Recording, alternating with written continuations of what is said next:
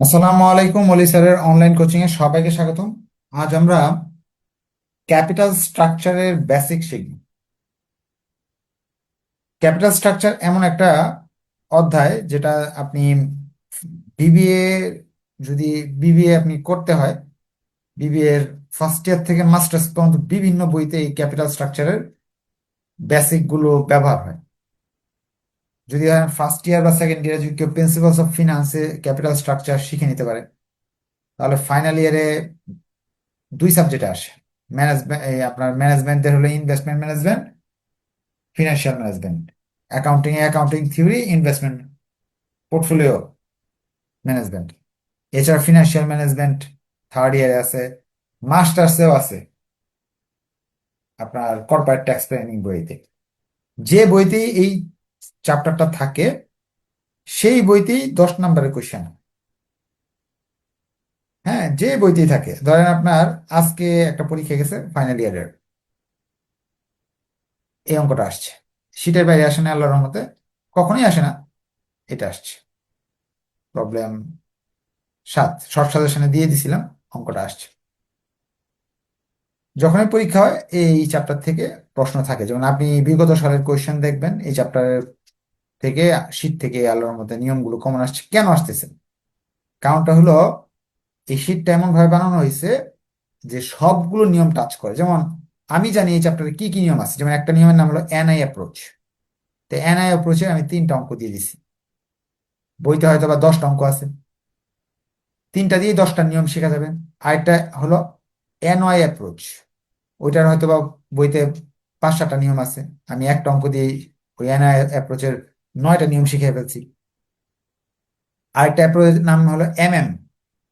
MM এর math গুলো অনেক জটিল, এমএম এর আমি অঙ্ক অনেকগুলো দিছি এখানে, 3টা 4টা, 4টা অঙ্ক দিছি। আরেকটা নিয়মের নাম হলো আরবিট্রেজ প্রসেস, এটাও খুব ইম্পর্টেন্ট একটা নিয়ম। এরকম চ্যাপ্টারের যে মূল নিয়মগুলো, হ্যাঁ, মূল নিয়মগুলো নিয়ে এই শীটটা তৈরি করা, যার ফলে এখান থেকে আপনি যদি 2টা অঙ্কও করেন তাহলে একটা নিয়ম শেষ হয়ে যাবে, আর ওই পরীক্ষায় ওই নিয়মটা আসতে পারে। তাহলে আপনারা আপনাদের পড়াটা সহজ করার জন্য এই শীটের ব্যবহার করতে পারেন। এই শীট ব্যবহার করার পর আপনি আপনার মেন বইয়ের A to Z পাবেন, এবং মেন বইয়ের অঙ্কগুলো আপনার হয়ে যাবে। এই জন্যই দেখবেন প্রশ্ন কঠিন হলে অলি স্যারের সাজেশন থেকে কমন থাকে, সহজ হলেও কঠিন থাকে, কমন থাকে। আচ্ছা, আমি ক্লাস শুরু করে দেবো এখনই। আপনারা একটু কষ্ট করবেন, যেহেতু আজকে যে প্রথম ক্লাস, অনেকেই এই ক্লাসটা যে হচ্ছে জানে না। যারা লাইভে ক্লাসটা দেখতেছেন তারা একটু শেয়ার মেনশন করে আপনার বন্ধুদের জানাই দিবেন। আর যারা জুমে ক্লাস করতেছেন তারাও কিন্তু এখানে জানে না যে আজকে ক্লাস শুরু হয়েছে, তাদেরকেও একটু রিকোয়েস্ট করব, তারা একটু তাদের মেসেঞ্জার গ্রুপে জানিয়ে দিতে পারেন, বা এটা যে লাইভ ক্লাসটা হচ্ছে এটার যে লিঙ্ক আছে, ওই লিঙ্কটা একটু আপনার যদি বন্ধু বান্ধবদের দিয়ে দেন, তাহলে ওরাও কিন্তু এই ক্লাসগুলো দেখে বেশ উপকারিত হবে আর কি। আচ্ছা, আমি একটু আপনাদের এই ফ্রি লিঙ্কটা একটু দিয়ে দিই গ্রুপে। আহ পরে ক্লাসটা শুরু করি, আমাকে একটু কয়েক মিনিট সময় দিবেন। আপনারা কি আমার কথাগুলো স্পষ্ট শুনতে পারতেছেন কিনা একটু কাইন্ডলি জানাবেন। কারণ হলো যে আপনার এখানে দেখা যায় অনেক সময় নেটওয়ার্ক সমস্যা করে, কথাটা স্পষ্ট শোনা যায় না, অনেক সময় দেখতেও সমস্যা করে, এই জন্য আর কি বলা। আমি আমি একটু সময় নিচ্ছি আপনাদের কাছে। আপনারা কে কোন কলেজ থেকে ক্লাস করতেছেন বা কোন জেলা থেকে ক্লাস করতেছেন অবশ্যই কমেন্টে একটু জানাবেন। কারণ অনলাইনে তো আপনারা, অফলাইনে তো একেবারে ফেস টু ফেস দেখা যায়, চেনা যায়, কিন্তু অনলাইনে তো আসলে সেভাবে উম, আহ, পরিচয় হওয়ার সুযোগ থাকে না। লাইভ ক্লাসগুলোতেই পরিচয় হয়ে যায় আর কি, কারণ এখানে বাংলাদেশের হাজার হাজার স্টুডেন্ট পড়ে, সবাইকে তো আসলে পার্সোনালি চেনার সুযোগ থাকে না। ক্লাস যারা নিয়মিত করে তাদের কিন্তু নামটা আমার মনে থাকে সবসময়। আচ্ছা, আর ক্লাস যারা মিস করে ফেলতেছেন কোনো সমস্যা নাই, এই ক্লাসটার রেকর্ডটা দিয়ে দিব গ্রুপে, আপনারা পরে দেখে নিতে পারবেন। আর যারা ফ্রি লাইভ ক্লাস করেন এই ক্লাসটা 1 মাস থাকবে, আগামী 1 মাস দেখতে পারবেন। যারা টাকা দিয়ে পেইড কোর্স করেন তাদের আবার সুবিধা আছে, এই ক্লাসটা আপনার আরো বেশি সময় থাকবে। স্পেশাল ব্যাচে পড়লে পরীক্ষার আগের রাত পর্যন্ত এই ক্লাসগুলো দেখতে পারবেন, বাসায় বসে দেখতে পারবেন।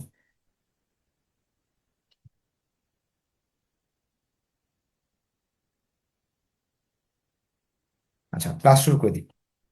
ক্যাপিটাল স্ট্রাকচারে আমরা এনআই অ্যাপ্রোচ নিয়ে আলোচনা করব। Problem 1, Lipton trading company earn before interest and tax, EBIT, অর্থাৎ সে আহ, মোট যে মুনাফাটা হয়েছে, নিট মুনাফাই বলা যেতে পারে, যে ব্যবসা থেকে যে মুনাফাটা হয়েছে, earning before interest and tax, হ্যাঁ, এই টাকাটা হলো 4 লাখ টাকা। অর্থাৎ ব্যবসা থেকে যে লাভটা হয়েছে এটা হলো 4 লাখ টাকা লাভ হয়েছে। নেট অপারেটিং ইনকাম বলা হয় কি, যে ইনকাম স্টেটমেন্টের ভিতরে। দ্য ইকুইটি ক্যাপিটালাইজেশন রেট কে 12%, মূলধনের সুদ 12%। এটা অর্থ হলো আপনি যদি আপনার এই টাকাটা এই প্রতিষ্ঠানে না দিয়ে অন্য কোনো একটা প্রতিষ্ঠানে বিনিয়োগ করেন বা ব্যাংকে রেখে দেন, 12% লাভ পাবেন। মূলধনের উপর 12% লাভ পাবেন, বা আপনি আশা করতেছেন এখান থেকে 12% মুনাফা করবেন। 16% interest on a bond involving total interest 1,60,000 টাকা, 1,60,000। বলছে আপনার ব্যবসা প্রতিষ্ঠানটা চালানোর জন্য যে দোকানটাতে 4 লাখ টাকা লাভ হয়েছে, ওই দোকানে আপনার 1,60,000 টাকা সুদ দিতে হইতেছে প্রতি বছর। সুদের হার 16%। কয় টাকা যে ঋণ নিছেন এটা কিন্তু বলা নাই, কয় টাকা ঋণ নিছেন সেটা বলা নাই। The number of share of the company 1,000। এই কোম্পানিতে 1,000 মালিক আছে। 10,000 10,000 মালিক আছে। আমাদের যে প্রয়োজনীয় তথ্যগুলো দিছে এগুলো একটু হোয়াইট বোর্ডে লিখে রাখি, তাহলে আপনি বুঝতে পারবেন। প্রথমে হলো, এই ব্যবসা থেকে বিক্রয় করার পরে সব ধরনের খরচ বাদ দেওয়ার পরে ইবিআইটি পাইছেন হলো 4 লাখ টাকা। ইন্টারেস্ট প্রতি বছর 1,60,000 টাকা সুদ দিতে হইতেছে। সুদের হার 16%। আর মূলধনের সুদ 12%। আপনি যে আপনার মূলধনটা দিচ্ছেন, এই মূলধনটা অন্য জায়গায় দিলে বা এই মূলধনের জন্য 12% আপনার সুদ দিতে হইতেছে। ধরেন আপনি ব্যবসার দোকান দিচ্ছেন, দোকানের জন্য 2 লাখ টাকা আনছেন, ধরে নেন কারো কাছ থেকে ধার করে, আইনা ব্যবসা প্রতিষ্ঠান করতেছেন। ওই লোক 12% আপনার কাছে নিয়ে যায়, সুদ লাভ নিয়ে যায়। এটাকে মূলধনের সুদ বা কেই বলা হয়, কস্ট অফ ইকুইটি। এখন প্রশ্নে এই তথ্যগুলো দিয়ে আপনার কাছে সাধারণত চাইবে, 1 number, total market value of share, অর্থাৎ এই কোম্পানির শেয়ারের দাম কত, এই কোম্পানিতে মালিকের কত টাকা মূলধন আছে এটা জানতে চাইবে। এটা করার জন্য দুইটা টেকনিক ব্যবহার করি আমি। দুইটা নিয়ম আছে, অনেকগুলো নিয়ম আছে, এর মাঝে দুইটা নিয়ম আছে আর কি পপুলার, বা দুইটা নিয়ম করা যায়। আমি দুইটা নিয়মই শিখাবো, আপনার কাছে যেটা ভালো লাগে সেটা আপনি ব্যবহার করবেন। প্রথমে একটা ছক দিয়ে করা যাইতে পারে, একটা ইনকাম স্টেটমেন্টের মাধ্যমে।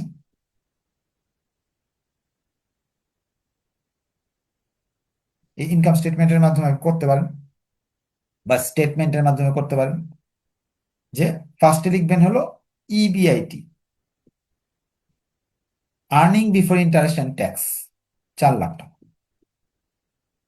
এখান থেকে ইন্টারেস্ট 1,60,000 দেওয়া আছে, বাদ দিয়ে দিলেন, চলে আসলো 2,40,000 টাকা। এটার নাম হলো নেট ইনকাম। যেহেতু ট্যাক্স নাই, এটার নাম দুইটা হতে পারে, ইবিটি হতে পারে, যেহেতু ট্যাক্স নাই এটার নেট ইনকাম, বা ইএটিও বলতে পারি।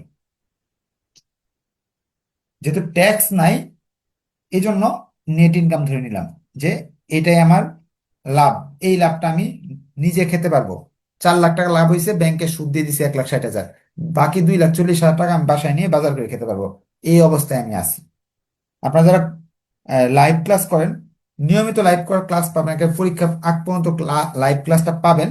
শর্ত একটাই, শর্তটা হলো নিয়মিত বন্ধু বান্ধবের কাছে একটু শেয়ার মেনশন করতে হবে, করলে দেখা যাবে আপনার লাইভে স্টুডেন্টের আপনার পরিমাণ বাড়বে। স্টুডেন্টের পরিমাণ বাড়লে আমারও ভালো লাগবে, যে না অনেকেই দেখতেছে, উপকার হচ্ছে, তো ফ্রি লাইভ ক্লাস চালায়া যায়। আর যদি আপনি শেয়ার মেনশন না করেন, স্টুডেন্টের সংখ্যা কম থাকলে তখন এক সময় দেখা যাবে 5 জন 7 জন 10 জন যদি লাইভে থাকে, আর জুমে যদি 100 জন থাকে, তো শুধু শুধু লাইভ ক্লাস কষ্ট করে নিব না, জুম ক্লাসটাই নিব। হ্যাঁ, তাই নিজের ভালোর জন্য আপনি শেয়ার মেনশন করতে পারেন। এবং আপনার বন্ধুর ভালোর জন্য, কারণ অনেকেই আছে পরিচিত, বাসায় বসে আছে, ক্লাস শুরু করে নাই, এই বছরের প্রশ্নের প্যাটার্ন খুব কঠিন হইতেছে, ওরা ফ্রি ক্লাস করে বাঁচতে পারবে না, নির্ঘাত ফেল করবে। এই জন্য ওদের যদি এই এই খোঁজটা পায় যে অলি স্যারের কাছে বাসায় বসে পড়া যায় এবং আপনার কমন থাকে যেগুলো পড়াই, এটা যদি জানতে পারে, তাহলে কিন্তু ওরা আহ, এখানে ফ্রি ক্লাস বা এডমিশন নিয়েও পড়তে পারে, ঠিক না? আচ্ছা, যাই হোক, আমরা যা বলতেছিলাম যে নেট ইনকাম এভাবে বের করলাম, বের করে আপনি এরপরে লিখবেন হলো সুদের হারটা, কস্ট অফ ক্যাপিটাল, কে এর মানটা 12%, মানে 0.12। আমরা ফিনান্সে শিখতে পারছি 12% অর্থটা কি, 100 দিয়ে যদি 12কে ভাগ করি, সেটাই হলো 12%, মানে 0.12। 0.12 লিখলাম। এখন আমাকে প্রশ্ন বলছে এস এর মান বের করো, এটাকে এটাতে ভাগ করলে এস এর মান বেরিয়ে আসে, নেট ইনকাম ভাগ কে, এটাতে এটা ভাগ করলাম, চলে আসলো আমার এস এর মান 20 লাখ টাকা।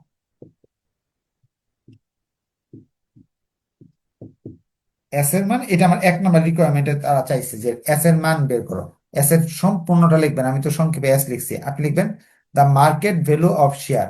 অর্থাৎ আপনি ব্যবসাতে, আপনারা যে মালিকরা আছেন, যে 10,000 মানুষ আছে, তারা কত টাকা দিছে এই ব্যবসা প্রতিষ্ঠানকে, এই ব্যবসা প্রতিষ্ঠানকে তারা 20 লক্ষ টাকা দিছে।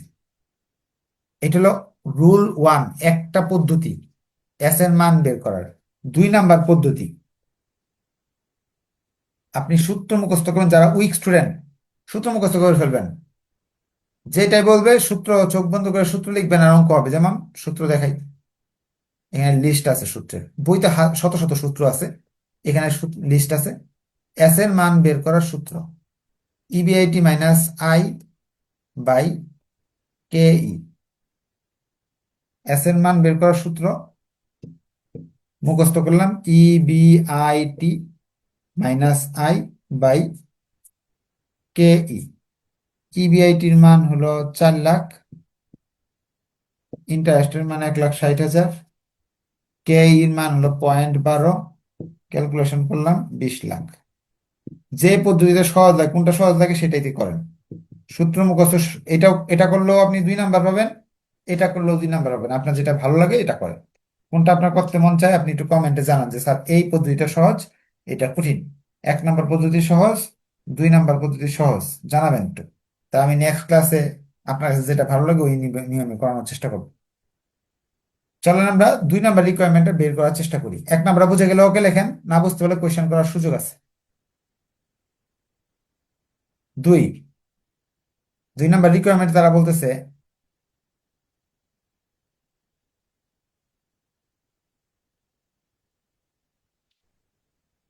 Total market value of debt, অর্থাৎ বি, বি এর মান বের করো, মার্কেট ভ্যালু অফ ডেট।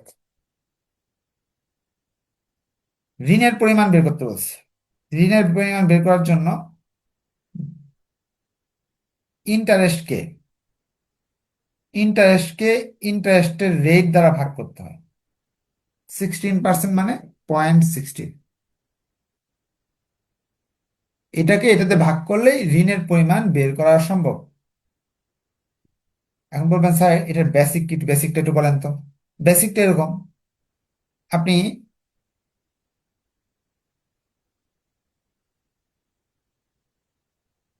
আপনার 116 টাকা যখন সুদ পান, 16 টাকা ঐকিক নিয়মে 16 টাকা যখন সুদ পান, মূলধনের পরিমাণ হলো 100 টাকা। সুতরাং 1 টাকা যখন সুদ পান, 100/16, সুতরাং 16% মানে 100 টাকার মাঝে 16 টাকা। সুতরাং 1,60,000 টাকা যখন সুদ পাবেন,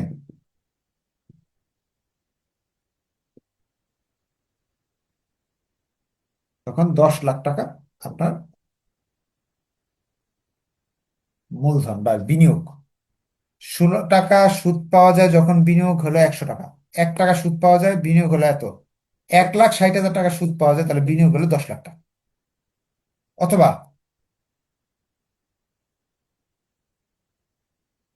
ধরেন, আমি ধরে নেই লোন, লোনের সাথে আপনি 16% যখন গুণ করবেন তখন সুদের পরিমাণ আসতেছে 1,60,000। লোনটাকে রেখে দিলাম, সুদের হারটাকে ওই পারে পাঠিয়ে দিলাম, চলে আসবে 10 লাখ। আরো পদ্ধতি আছে। লাস্ট সূত্র মুখস্থ করবেন, ডেপ্থ বের করার সূত্র, উপরে হলো ইন্টারেস্ট ভাগ ইন্টারেস্ট রেট। যারা উইক স্টুডেন্ট এই সূত্র ব্যবহার করে বের করে ফেলতে পারবেন। শেষ। আপনার কাছে যে পদ্ধতি ভালো লাগে এইভাবে করতে পারেন। যদি কোনো কিছু না বুঝেন কমেন্টে জানাতে পারেন, বা হ্যান্ড রাইজ করে হাত উঠে বলতে পারেন, স্যার আমি তো এই অঙ্কটা বুঝতেছি না, একটু বুঝাই দেন। এরপর আমরা total market value of farm, এখানে বলা হয়েছে আপনি নিজে কত দিচ্ছেন এটাকে এস বলে, আপনার ব্যাংক থেকে ঋণ করে কত নিয়ে দিচ্ছেন এটাকে বি বলে। এখন total market value of farm V এর মান বের করতে বলতেছে, যে ভি সমান সমান হোয়াট। ভি মানে মোট কত। আপনি দিচ্ছেন 20 লাখ, বন্ধুর কাছ থেকে আনছেন 10 লাখ, টোটাল হলো 30 লাখ টাকা। ভি হলো টোটাল ভ্যালু 30 লাখ টাকা। এই কোম্পানিতে মোট মূলধন 30 লাখ টাকা। আপনি যদি সূত্র দিয়ে করতে চান, সূত্র লিখবেন এইভাবে, ভি সমান সমান B plus S plus B. S এর মান আমরা 1 নম্বর রিকোয়ারমেন্টে বের করছি 20 লাখ, বি এর মান 2 নম্বর রিকোয়ারমেন্টে বের করছি 10 লাখ, ভি এর মান 30 লাখ। কোশ্চেন থাকলে বলতে পারেন যে এই অংশটা স্যার বুঝি নাই, আমি আরেকবার বুঝাই দেবো ইনশাল্লাহ। বুঝতে পারলে ওকে লিখে দেন। আর আপনারা আমার সাথে সাথে ক্যালকুলেশন গুলো করেন, ক্যালকুলেশনে যদি কোনো ভুল হয় তো আমাকে বলবেন। আরেকটা হলো, আপনারা কি স্পষ্ট কথাগুলো শুনতে পারতেছেন বা দেখতে পারতেছেন কিনা একটু কমেন্টে জানাই দিবেন। সারা শব্দ করেন, না হলে তো বুঝবো না যে আপনি আছেন নাকি নেই, ঠিক না? আচ্ছা, এরপরে চলে যাচ্ছি আমরা নেক্সট অংশে।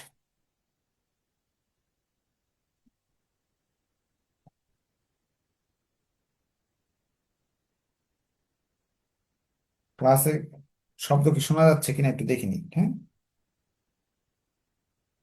সাউন্ড ক্লিয়ার না? Thank you. আচ্ছা, কমেন্টগুলো একটু পড়ে আসি। আহ আপনার মাইক্রোফোন চালু হচ্ছে না, বাম পাশের কোনায় চাপ দিলে শুরু শুরু হবে। খুলনা থেকে ক্লাস করতেছে আহ, শামিউল ইসলাম। আচ্ছা, কিশোরগঞ্জ থেকে আকি ক্লাস করতেছেন।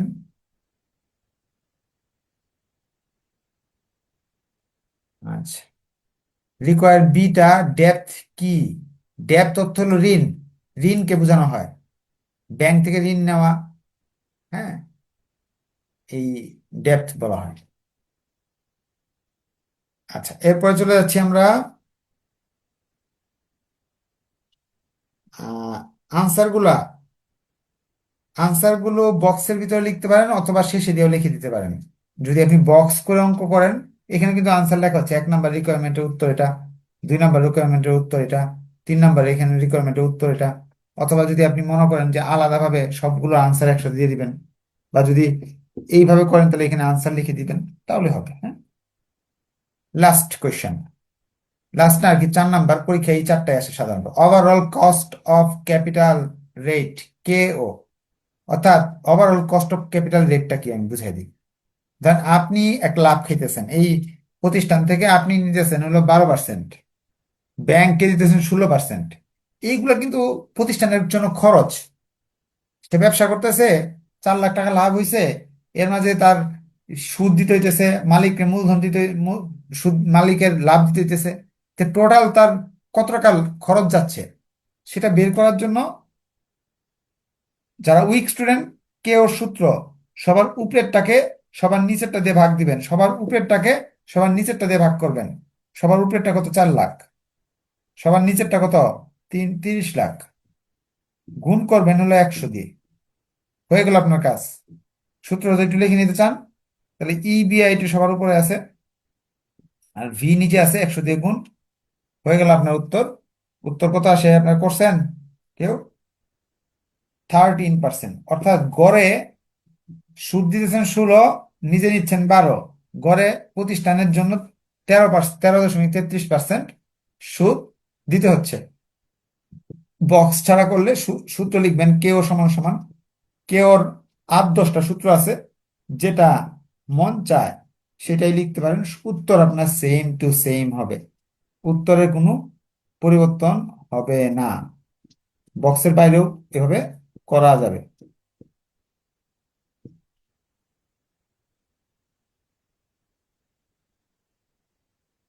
আমরা এরপরে কেওর আরো যে সূত্র আছে সেগুলো আপনাদের শিখাবো।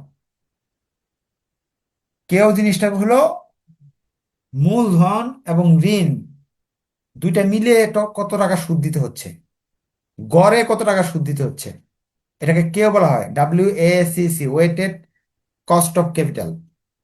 হ্যাঁ, weighted average cost of capital বলা হয় কেওকে। যে এখানে দিচ্ছেন 12%, এখানে দিচ্ছেন 16%, 12 আর 16 এটার গড় হচ্ছে, কারণ এটার মূলধনের পরিমাণ একটু কম, এটার মূলধনের পরিমাণ বেশি, এটার গড় করলে 33.33% আপনার সুদ হচ্ছে। আচ্ছা, এখন পরীক্ষায় এই চারটা বেসিকে আসে পরীক্ষায়, আপনি বিগত 10 বছরের কোয়েশ্চেন দেখবেন, NIFS থেকে অঙ্ক সাধারণত থাকে। ধরেন বিগত 10-12 বছর প্রশ্নের মাঝে দেখবেন প্রতি বছরই প্রায় 10 বছরের কোয়েশ্চেন দেখলে 8 বছরের মাঝে NIFS থাকে, ছোট প্রশ্ন হিসেবে বড় প্রশ্ন হিসেবে থাকে। ওই যে দেখবেন এই চারটা অপশনই চায়, অন্যগুলো সাধারণত চায় না।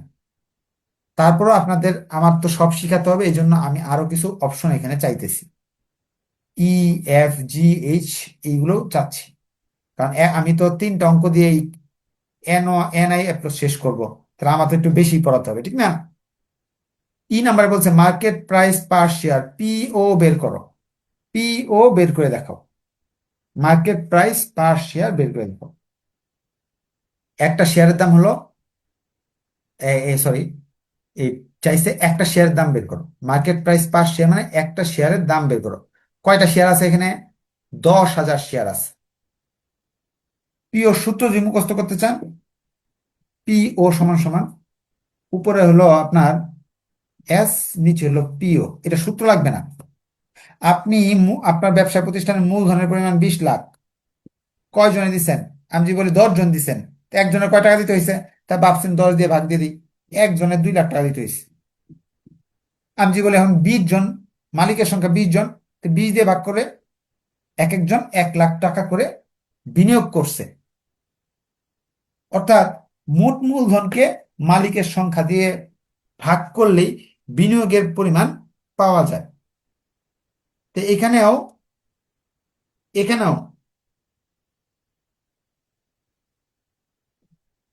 মোট মূলধন কত? 20 লাখ। মালিকের সংখ্যা, মালিকের সংখ্যাকে N দ্বারা প্রকাশ করা হয়, 10,000 মালিক, নাম্বার অফ শেয়ারকে N দ্বারা প্রকাশ করা হয়। তাহলে পিওর মান 200 টাকা। ধন্যবাদ, আমার আগে একজন ক্যালকুলেশন করে ফেলছেন, সামিউল। তাহলে পিওর মান আমি পেয়ে গেলাম, অর্থাৎ একটা শেয়ারের দাম আমি পেয়ে গেলাম। EPS, আর্নিং পার শেয়ার, আপনি BBA তে পড়লে এইসব জিনিসগুলো, এই টার্মগুলোর নামগুলো জানতে হবে, কারণ এই পিও আপনাকে আপনার পিছে ছাড়বে না। এই পিও শেয়ারের একটা দাম, কত যে চ্যাপ্টারে পাবেন BBA তে করতে গেলে, ভ্যালু অফ বন্ড, এইটা সেটা, রিস্ক এন্ড রিটার্ন, বিভিন্ন চ্যাপ্টারের ভিতরে এটা পাবেন। EPS ও পাবেন, অ্যাকাউন্টিং থেকে ফিনান্সে যত সাবজেক্ট আছে সবগুলোতেই EPS থাকে। আর্নিং পার শেয়ার, এটার বাস্তবত্ব কি? আপনি যে এত কষ্ট করে 200 টাকা দিয়ে একটা শেয়ার কিনছেন, লাভ দরকার আছে না? লাভের জন্যই তো কিনছেন।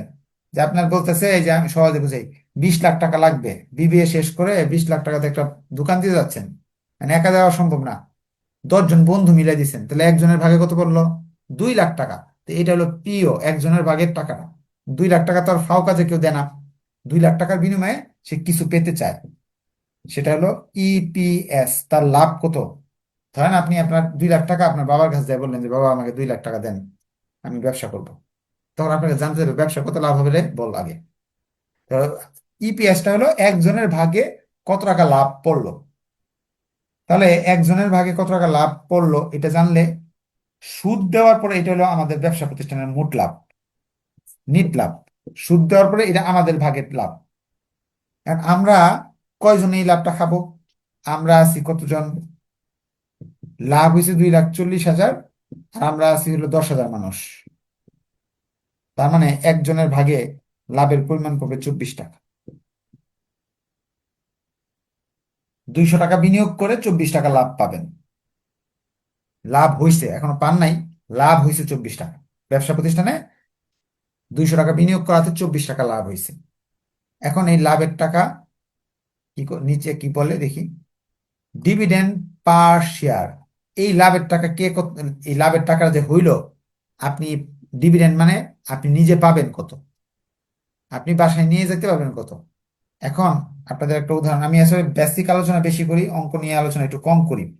কারণ কি, বেসিকটা থাকলে প্রশ্ন যখন কঠিন হবে, বাস্তবে যখন মনে রাখবেন একটা অঙ্ক, তখন প্রশ্ন কঠিন হলে বাস্তবটা আপনার মনে কাজে দিবে।